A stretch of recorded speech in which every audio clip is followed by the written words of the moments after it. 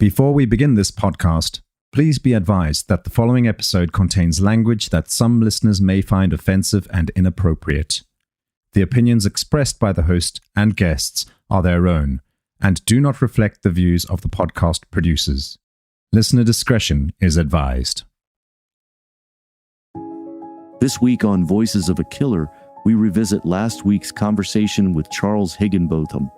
On July 2nd, 1993, 18-year-old Charles conspired with his childhood friend to kill a man and dump his body in the woods.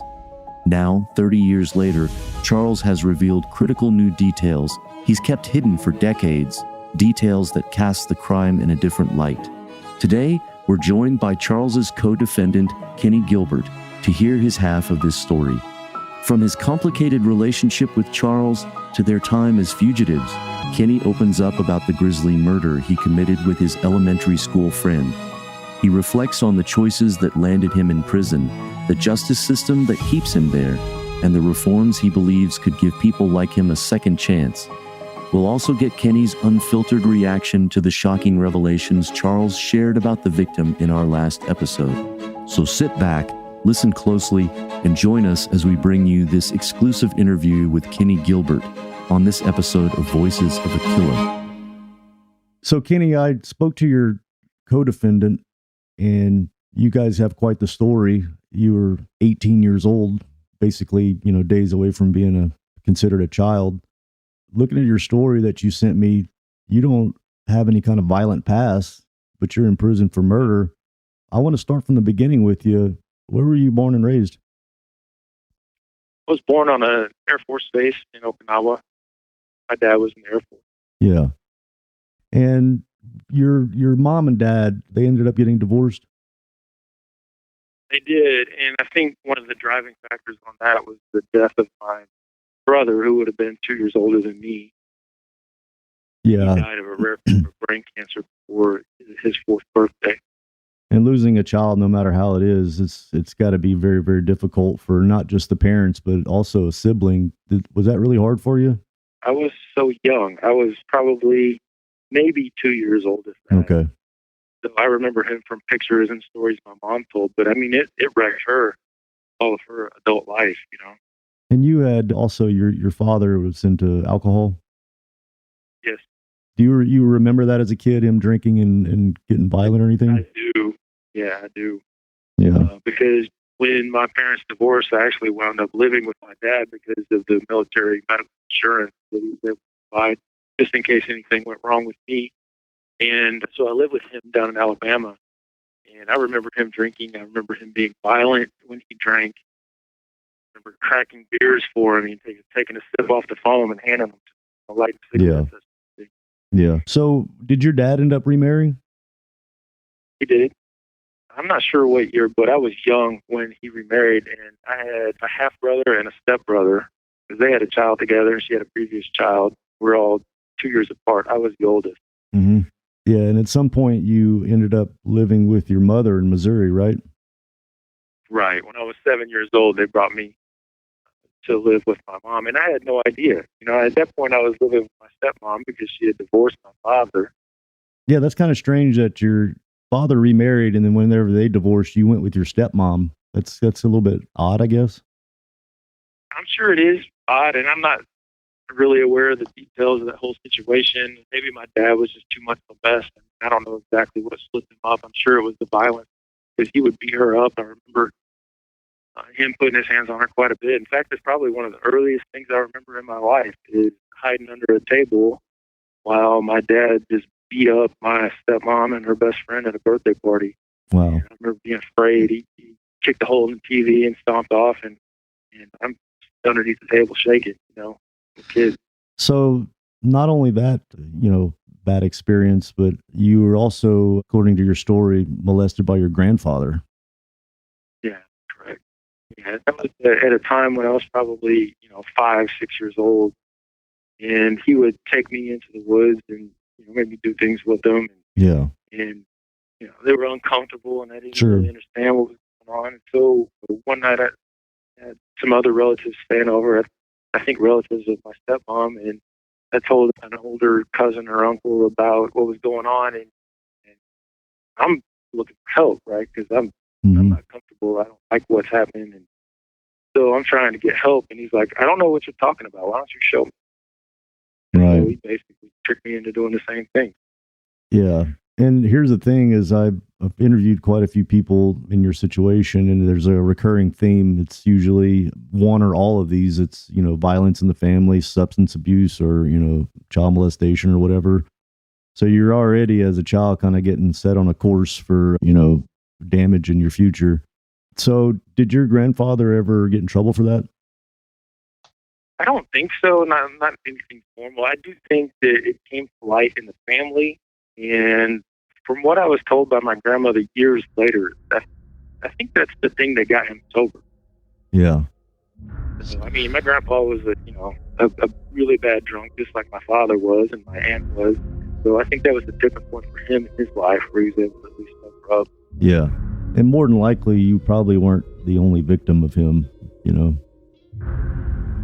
Growing up in Alabama, Kenny Gilbert experienced several traumatic events during his formative years.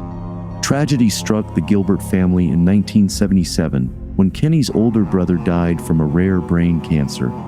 When his parents' marriage fell apart under the strain, 2-year-old Kenny was placed under the custody of his father, a volatile man who drowned his sorrows in heavy drinking. It's his father's drunk and violent outbursts that stick out most in Kenny's memory of that time. But Kenny's childhood trauma was later exacerbated at the hands of another family member. When Kenny was barely 5 years old, he was molested by his alcoholic grandfather. Although this information eventually came to light, nothing was ever formally done to bring Kenny's grandfather to justice or to get Kenny the psychological help he needed. The damage by then was already done. The young, vulnerable boy had been exposed to abuse, violence, and instability by the adults who were supposed to protect him. Things started to look up when Kenny's mom re-entered the picture. All of a sudden, the woman Kenny only recognized from old photographs swooped in to reunite with her only surviving son. So you end up with your stepmother. When was the transition from your stepmother to your mom and stepdad in Missouri? I'm not sure how long I stayed with my stepmother. It might have been 6 months or a year. But when I was either 7 or right before my 7th birthday, they just put me in a car and drove me all the way to Arkansas. And I had no idea where we were going. Right. And we get to this little gas station or diner or something, and I get out of the car, and there's a camper parked there, and I recognize the people in the camper from pictures that I had been given of my mother. I didn't even know my mom, though. How come your mom didn't have a relationship with you while you were with your dad and all that? I'm not 1,000% sure about that. I think that probably she was having emotional issues of her own after losing my brother, and her life was probably a wreck too, but I don't really know the details of that. Yeah, it's kind of confusing because I don't, obviously she cares about her kids because it really messed her up when your sibling died, but I don't understand why she wouldn't. Went through a lot of abuse too, Toby. I mean, she was beat up by my dad too, and she was around a lot of stuff that probably screwed her up, and she might have just been focused on getting her life back together. Sure. Working on a relationship with my stepdad. Whenever you got back with your mother, she'd already remarried? Yes. And what'd you think of your stepdad? I thought he was a pretty decent guy. I mean, he was very intelligent, very driven. At the time that I moved in with him and my mom, he was in college studying to be a geological engineer. Mm-hmm. And so, my initial impression was he was a nice guy and a good guy. But, when you're 7 years old and you're trying to run around and play, and when he's trying to study for college, you got to be quiet. And sure. Then I started getting in all kinds of trouble, and he was a super strict disciplinarian. And eventually, his normal childhood stuff crept in, and it was just amplified by who I was at the time, and it just drove kind of a wedge between him, me, and my mom. I wound up kind of on an island with them, and I was an only child. They didn't have any other kids, so it was just me, and it was them. So whenever you did get back with your mother, how was your relationship with her whenever you got back with her? It was good at times, but I was so screwed up by that point. I had a real hard time opening up to people. I had a hard time trusting anyone. In particular, I had a hard time asking for anything. And so it was decent, and there were moments where it was great and smiles, hugs, happy, but it could have been a whole lot better if I had just not been so locked up inside myself, you know? You do mention trust a lot in the story that you wrote. Where do you think that started? I mean, it's easy to point the finger at my grandfather, you know, and all the stuff that happened. And probably that's the most formative thing, but everything in my childhood, from, like you said, the trauma of losing a sibling, even though I don't remember that, it surely had some sort of effect on my development. Sure. It definitely had an impact on my family and where I was and who I lived with. Yeah. And what came next. So I'm not sure where it started, if you could put it on one thing or you around everything. That was definitely the theme of my young life, not trusting people and being kind of cut off and alone. So there's obviously a lot of stuff going on once you move with your mother and your stepdad, because you also ran away several times. What would cause you to run away? Just not wanting to be where I was, you know, and I found myself getting into all kinds of trouble. And the more trouble I got in, the more I would close myself off from my mom and dad, and then the more trouble I would get in. And it was like a cycle. And they were strict. You know, they had all kinds of punishments. They had me out in the yard, picking dandelions out, Yeah. the lawn with the fork, and all this other stuff, while people would be riding by on their bicycles. And I got laughed at enough, man. I didn't need that. Sure. I always felt like things would be better if I just be somewhere else. At this point, whenever you're with your mother and stepfather, did you inform them about what your grandfather did yet? I did. I do remember us having to talk about that, you know, and I'm not sure exactly how that came about, but we did discuss it, and they were aware of it. But that was kind of a rare thing for me to talk about things that I'd been through, or to open up or talk about the ways that I felt about it. Did they never suggest therapy for you or anything like that? No. No counseling or anything for what happened? No, not that I recall. I'm kind of surprised because, you know, your stepfather is educated and all that. It seems like that would have been a step to take once hearing that kind of news, because that's a big deal, man. Like a little kid getting... It is, you know. But the background that my stepdad came from was probably worse than mine, you know, not in terms of sexual abuse, but in terms of violence, because his father was an alcoholic that came home from the Korean War and would do things like break his ocular bone with the telephone because he didn't like the way he answered the phone. You know? So, wow. In that respect, he probably didn't feel like I needed that because he never had it, you know, and he turned out like he was all right. I don't know how I felt about it. But in the grand scheme of things, you're living with your mother and your stepfather was, you know, they weren't really abusing you or anything, right? No, it was a good situation for you, but you already had the damage kind of happen to you from your past. At 7 years old, Kenny was unexpectedly thrust into a new home in Independence, Missouri. At the time, his mother and her new husband were little more than strangers to him. As Kenny soon learned, his stepfather was an intelligent and principled man who was preparing for a career in geological engineering. While not outright violent, Kenny's stepdad was still a strict disciplinarian who expected Kenny to fall in line with the household rules. To all outward appearances, Kenny's life had taken a turn for the better.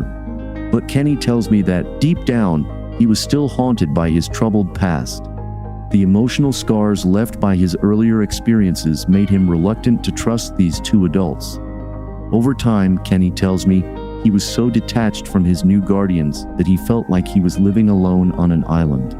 However, despite feeling like an outsider at home, there was one place where Kenny found a sense of belonging: the school classroom.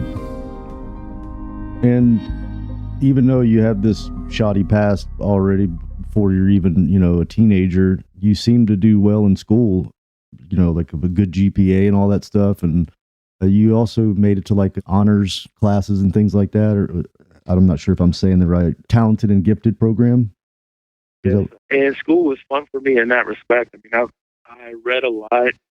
And so, because I spent so much time in books as a young person, I had a good vocabulary. I knew a lot of stuff about a lot of different subjects. And so, when teachers would ask questions, I'd always be the guy with the hand raised.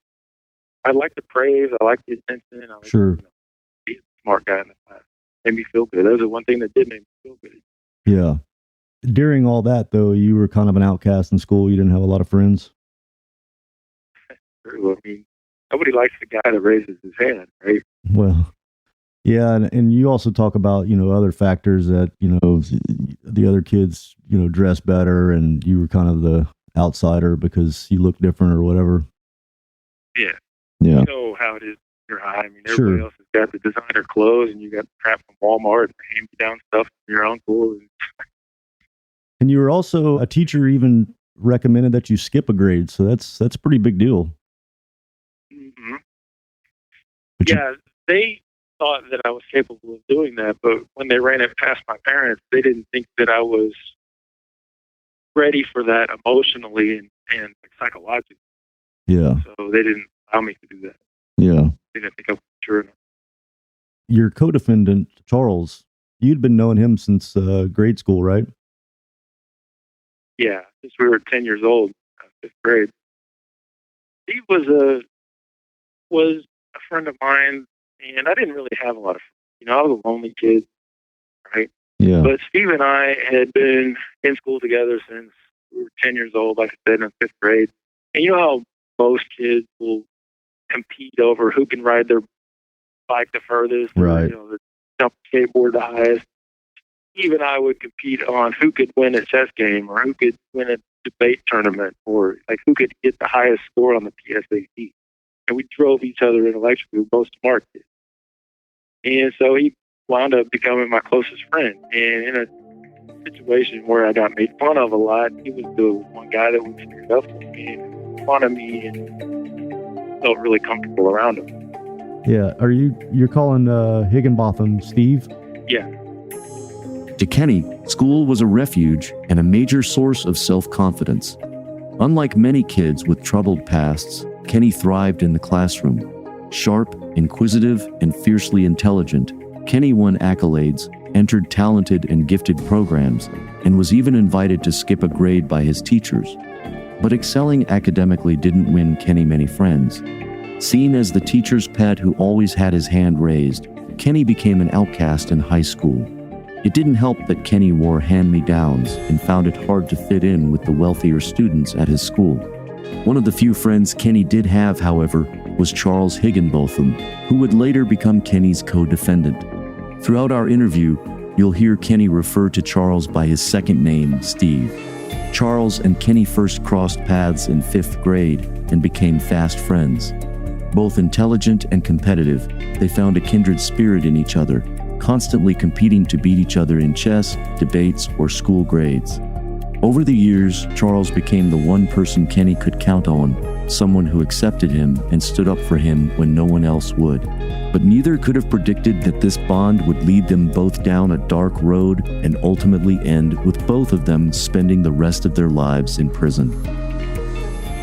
So you start to get older, and something occurs where you actually have the ultimatum: you leave, you don't come back. That's what your stepdad told you? Yeah, and it was on me, just like everything else. All the other times I was in trouble, it was all on me. It's all stuff that I did. So one of the things I also read was that you got caught with drugs at school and stuff like that. Let's go back before that. When did you first do hard drugs? I didn't do drugs until after I had left home, and probably spent a summer drinking before I even picked up a joint. So sure. I grew up hating drugs because my mom and dad smoked weed, and I always thought it was dumb because I would go to their classes and hear how evil and terrible it was, and then I would see them do it. And my dad was a completely functioning person. He was a professional and never had any consequences for that. Right. But it made me even lonelier as a kid because I couldn't invite other kids into the house because they didn't want to see what they were doing and that sort of thing. So. Yeah, and you grew up, and this is in the 80s whenever the Just Say No and all that campaign went on. Exactly right. Nancy Reagan and all that. Yeah, I remember that because, I'm 45, so I can remember them coming to school and doing lots of programs and Take a Bite Out of Crime. They had the crime dog and all that stuff. Yeah. Well, what's weird is, you're hearing that, and then you go home to parents that are, giving you rules and stuff like that, and they're breaking a rule that you just been taught that is you shouldn't break, So you started getting into alcohol before you moved out, right? And they caught you with alcohol a couple times. Mm-hmm. And it started where I would, I'd go to work at Sonic when I was about 16, 17 years old, and I would have friends buy me a half pint of whiskey. And then one time I stole some from a truck that was on my grandpa's farm, and I would take it back and I would drink by myself, and it would make me feel like sophisticated and older, all that. So Sure. I started sneaking all this stuff and hiding bottles up in the roof. What age were One you? time I went to a party with my friend and came back drunk, like stupid drunk, Mhm. and puked all over the laundry room. Yeah. And was supposed to go to work with my dad the next day, and we make it there, and I'm in bad shape. But he gets this phone call from my mom. She stumbled into the laundry room and found the condition it was in. Wow. You hear her screaming through the telephone. Yeah. It was bad. So what age were you whenever because he gave you an ultimatum, right? He said, if you leave, you can't come back. Whenever you said you were going to move out. I was 17 years old. That was right between my junior and senior year, right at the end of my junior year of school. How do you feel about that? You think that he should have done it that way? I feel like I forced that situation. I wanted to go to baccalaureate with this guy that I went to school with, and he wouldn't let me, and I was just sick of hearing no, and I was stubborn, and somehow we wound up into a physical altercation. And like I said, my dad, he was not abusive, and he didn't attack me back, but somehow in that scuffle, I punched him in the head, and I saw like this goose egg rise up on his forehead, and just very calmly, he just says, "You can leave, and I'm not going to stop you, but don't come back." How did your mother feel about that? She probably supported my dad. Because there were so many discipline issues with me when I was growing up that they were probably both extremely frustrated with my True. behavior. Well, looking back, what do you think was the right thing to do? Let you go? No, I don't think that's the right thing to do, but I don't place any blame on them Sure. because I understand how they felt.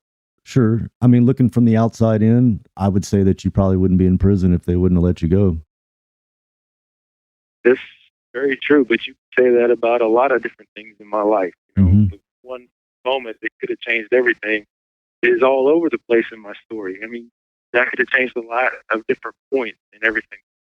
Sure. But the thing is, and I'm not trying to lessen the blow, but you're also a child, and that's why people stay with their parents till they're, 18 or plus, because they're not really good at making decisions. Yeah, it's true. And it proved that I was not capable of making decisions after I left. I thought I was. Yeah. I felt overwhelmed by the freedom. I was like, oh my God, my life's so amazing right now because, I moved out of home where I could not do anything hardly. Everything was super strict into this world where there were no rules. Right. It's a big change for you. I think your parents were, they were trying to parent a child that probably needed professional help and therapy, because you've been through a lot. Did you ever go back and visit them, or they invite you over for dinner or anything? No, I think I was probably ashamed and embarrassed of the fact that I had left. I didn't reach out to them, and they didn't reach out to me, and it was just one of those things where maybe we both could have done something different, but neither one of us did. At 17 years old, Kenny Gilbert was given an ultimatum from his stepfather: leave and don't come back. This came after months of increasingly rebellious behavior from Kenny. He'd begun experimenting with alcohol, sneaking drinks after work, and hiding bottles around his parents' house, all of which drove a wedge between him and his parents. Tensions finally exploded one night during a heated argument about Kenny's future after high school. When the fight turned physical and Kenny punched his stepfather, the room went silent. Immediately, Kenny knew he'd crossed a line. He was sent packing, kicked out of the family home, and left to figure out life on his own. In hindsight, this was a pivotal turning point in Kenny's life. As he looks back, Kenny himself acknowledges that If he hadn't left his family home that night, he might not be sitting in prison today for murder. At the time, the freedom felt exhilarating. There were no rules and no restrictions. But at just 17, Kenny wasn't ready to handle the responsibility that came with independence. In the months that followed, Kenny's life spiraled out of control. We'll hear more about that after the break.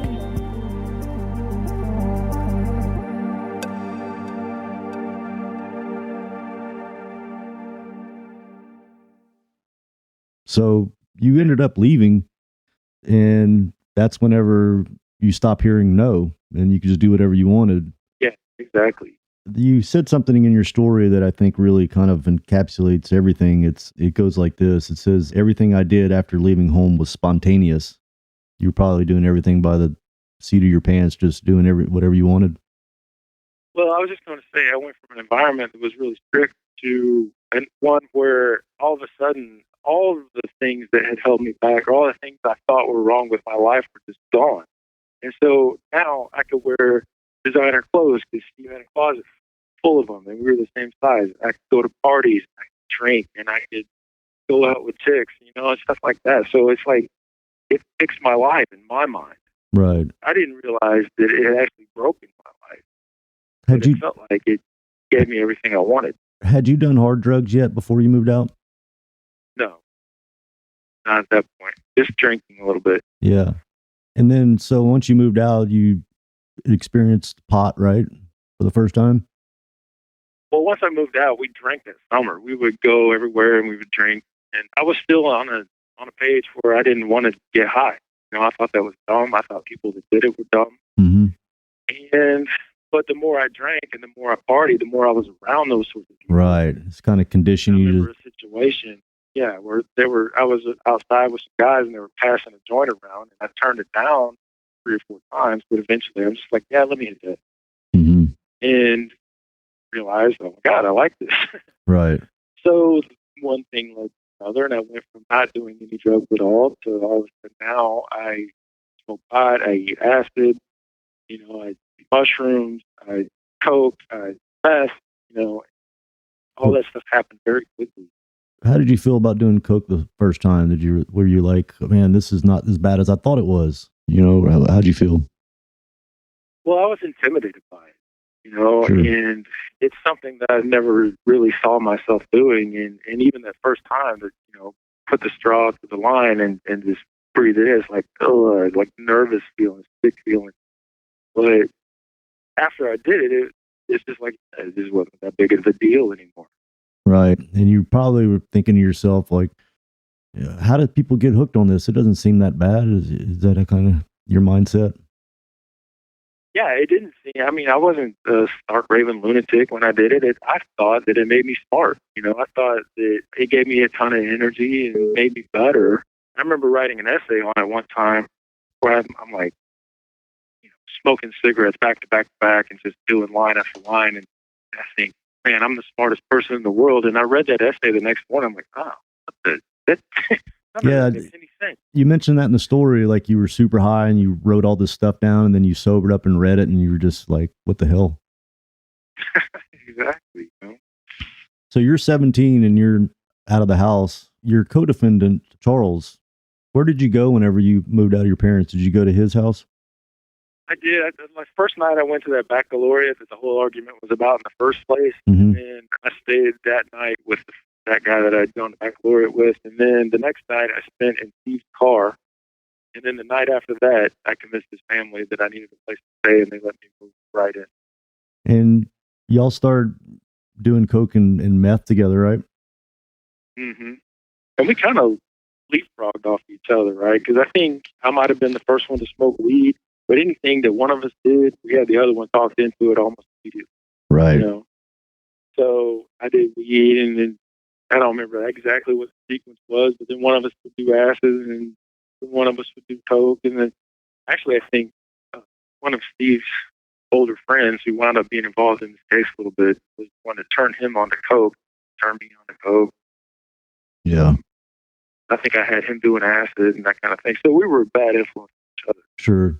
And at this point, you're literally a year away from your crime, which is considered a violent crime, but at this point, you really don't have any violence except for that one little thing with your stepdad, which is not really, it's just a scuffle or whatever, but it's not like you have some kind of violent streak in you. I had a frustrated streak. I had an angry streak in me. I was in some fights when I was in school, but like, I wasn't athletic. I was skinny and uncoordinated. And didn't have an athletic bone in my body, so I'd get into fights. They'd be windmill things or never land a punch. I just break trapper keepers and, wind up in in-school suspension for a while.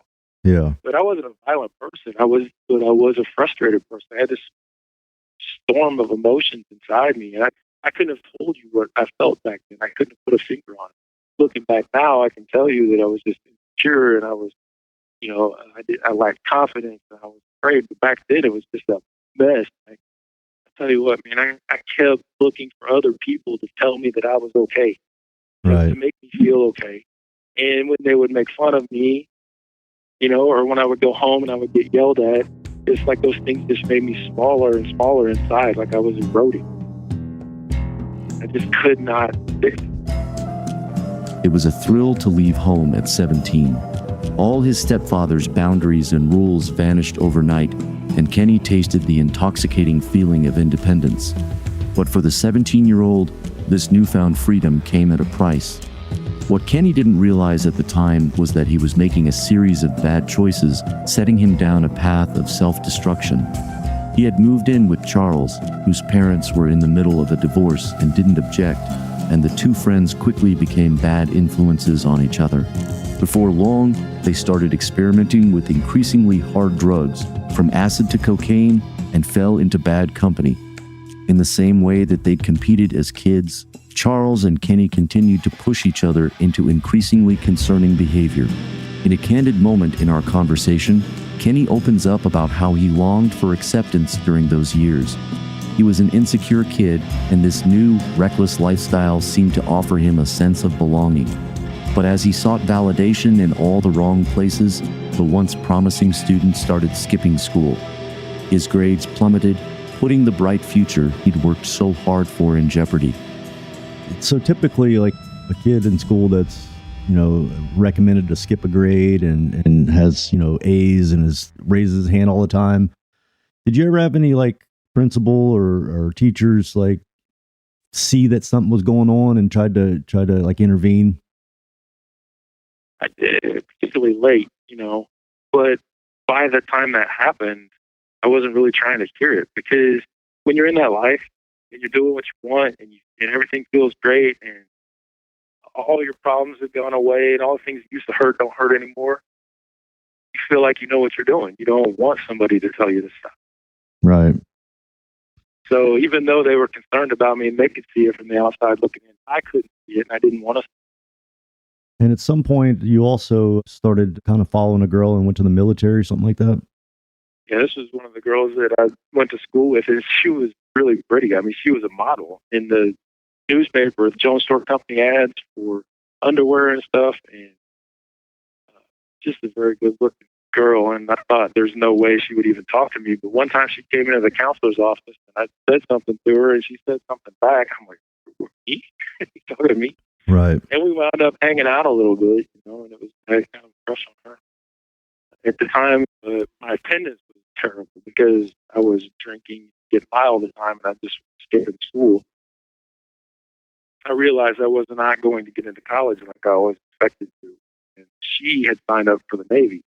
I thought, well, that's a pretty good idea. And because women go to boot camp in Orlando, I was like, all right, I'll go to Duke School because that's also in Orlando. Mm-hmm. And I just follow her down there. Right. So I took the ASVAB and got sworn in, and she was there with me the whole time. I got a 99 on my ASVAB, and they told me I could do anything I wanted to do in the military. They said you pull rank very quickly in that field. And you get a $2,000 enlistment bonus, 6 years, and you get a $25,000 or $30,000 re-up bonus, or $85,000 a year in the private sector. Was it like the GI Bill? The GI Bill would have applied too. They pay, I think, 3/4 of your tuition while you're active duty. Right. Something like that. What did that conclude to? Well, see, I was in the delayed entry program. all I had to do was graduate from high school, which, you know, given my academic history, was a no-brainer. I mean, it's a foregone conclusion. I'm going to graduate high school. But I didn't. I got kicked out of school in the third quarter of my senior year because I had an empty vial of crank in my pocket at school. I pulled out my change to, count my lunch money, and somebody saw it and said something, and next thing you know, the sheriffs are going through my locker, and they called me to the principal's office. They kicked me out of school. And that's, you said your stepdad tried to go over there and turn it around and keep you in school? He did. They had a conference with them, but school was not going to allow me to stay. So what were your options if you get kicked out at 17? You just try to go somewhere else, or that's it? To finish school, I would have had to come back the next semester or get my GED or something like that. Yeah. Listen, that was a devastating day because I got kicked out of school, and my friend's dad, Steve's dad, put me out of the house, so I'm literally homeless. What did he put you out the house for? Because it was obvious that I was a bad influence on his son. Yeah. Where'd you go?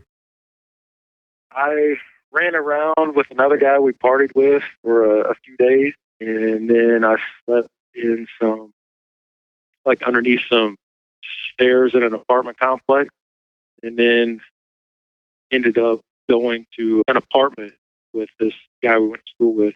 I actually blackmailed him a little bit because we'd been partying and we broke the elevators a few months before in his apartment building, and we owed him money.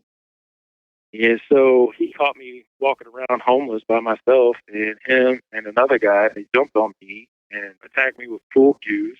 One of them picked me up from behind and slammed me on the concrete, and they really screwed up my knee. So I had to crawl up to the gas station and call an ambulance to come take me to the hospital, and then he showed up. I'm like, hey, man, I need a place to stay, and that's how it worked out. You wouldn't tell on him if he gave you a place to stay, basically? I was going to tell on him anyway, but he didn't know that. Yeah. How was that? Because this is a guy that just beat you up and you kind of blackmailed him. Did that kind of make it difficult to live there? I mean, it was a little awkward, but we were kind of friends anyway, so it wasn't really that big a deal. Did he do drugs? Yeah, we would get high together. Where's your co-defendant during this while you're living with this guy? He's still living at home, but we would still drive around together after he would get done with school and stuff. Of course, I was kicked out. I didn't have anything to do all day, so I just sat in the apartment. Did Charles' parents try to keep you away? They didn't want me around them, so it was kind of, I couldn't show up at the house or anything. Yeah. But, his parents were split, and so he didn't really have a lot of supervision.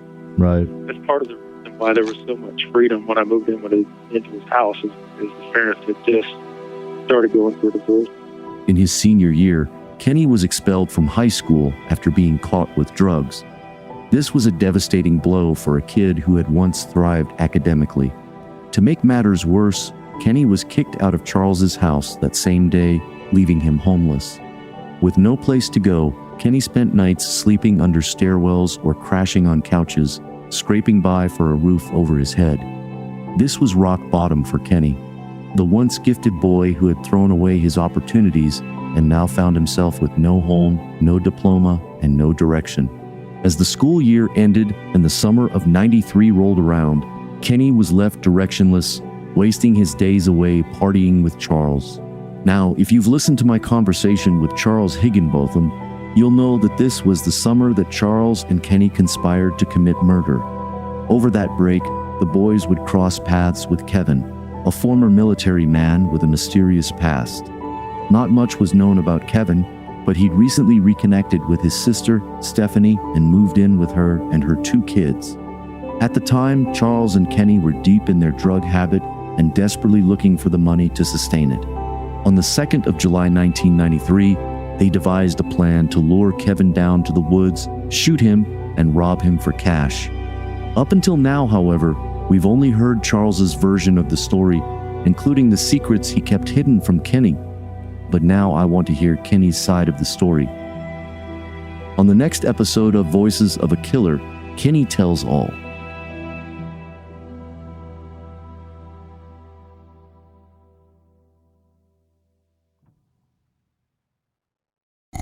If you want to find out what happens next, right now, you can sign up at patreon.com/voicesofakiller. There you can find bonus content, early access, ad-free listening, and access to our chat community. So go to patreon.com/voicesofakiller to sign up now. Your support is what keeps us passionate about bringing these stories to you. That's a wrap on this episode of Voices of a Killer. A big shout out to Sonic Futures, who handled the production, audio editing, music licensing, and promotion of this podcast. If you want to hear more episodes like this one, make sure to visit our website at voicesofakiller.com. There you can find previous episodes, transcripts, and additional information about the podcast. Lastly, if you enjoyed this episode, please consider leaving us a review on Spotify, Apple Podcasts, or wherever you get your podcasts. Your feedback helps us improve and reach new listeners. Thank you for your support, and we can't wait to share more stories with you in the future. Thank you for tuning in. I'm your host, Toby, and we'll see you next time on Voices of a Killer.